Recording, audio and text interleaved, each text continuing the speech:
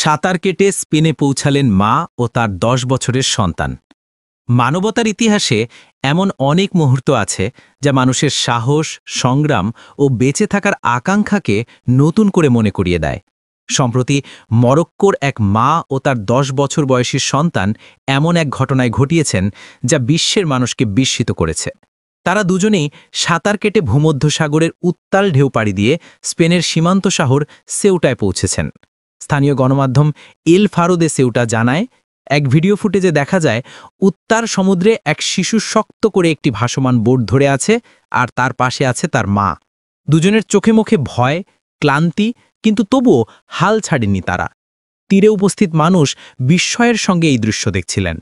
অবশেষে তারা যখন সৈকতে পৌঁছান, তখন স্পেনের সিভিল গার্ড সদস্যরা দ্রুত তাদের উদ্ধার করে হাসপাতালে নিয়ে যান।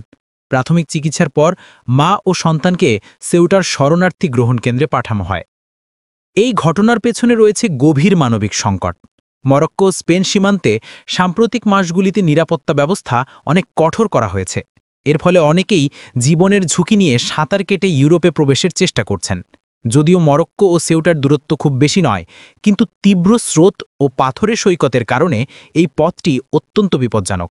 গত বছর মরক্কোর ১৯ বছর তরুণী সাইমা এল গ্রিনি সেউটায় পৌঁছানোর চেষ্টা করেছিলেন। তিনি সামাজিক মাধ্যমে লিখেছিলেন, এই পথটা খুব কঠিন, ভালো সাঁতারু না হলে পার হওয়া সম্ভব নয়।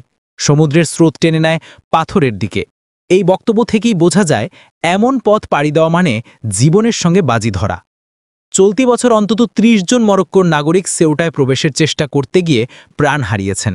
এই সংখ্যা শুধু একটি পরিসংখ্যান নয়, এটি মরক্কোর সামাজিক ও অর্থনৈতিক সংকটের প্রতিচ্ছবি। দেশটিতে বেকারত্ব বেড়ে যাওয়ায় এবং চাকরির সুযোগ সীমিত থাকায় মানুষ হতাশ হয়ে পড়েছে।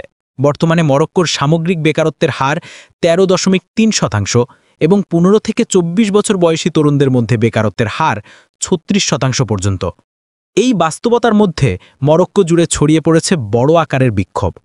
জেনজি 212 নামের একটি সংগঠনের আহ্বানে শত শত তরুণ রাস্তায় নেমে এসেছে স্বাস্থ্য, শিক্ষা ও মর্যাদাপূর্ণ জীবনের দাবিতে।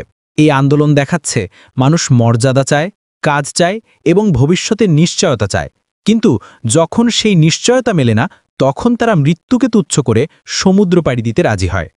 দেশটির সমাজবিজ্ঞানী আলী জুবাইদি বলেন, এই নারীরা সমাজের দৃষ্টিভঙ্গি বদলে দিচ্ছেন।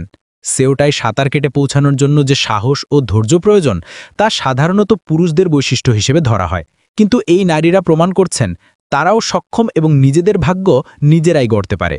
মরক্কোর এই মায়ের গল্প কেবল এক ব্যক্তির নয়, এটি হাজারো নারীর গল্প যারা প্রতিকূলতার মধ্যে থেকেও লড়াই চালিয়ে যাচ্ছে। সমুদ্রের ঢেউ তাদের থামাতে পারেনি, বরং প্রমাণ করেছে মানুষের ইচ্ছাশক্তি যে কোনো সীমা অতিক্রম করতে পারে। এই ঘটনার মাধ্যমে আবারও স্পষ্ট হল দারিদ্র্য ও হতাশা মানুষকে কতটা অমানবিক ঝুঁকি নিতে বাধ্য করে। তবে একই সঙ্গে এই মা ও সন্তানের কাহিনী মানবতার সাহস, ভালোবাসা ও অদম্য ইচ্ছাশক্তির এক অনন্য উদাহরণ হয়ে থাকবে।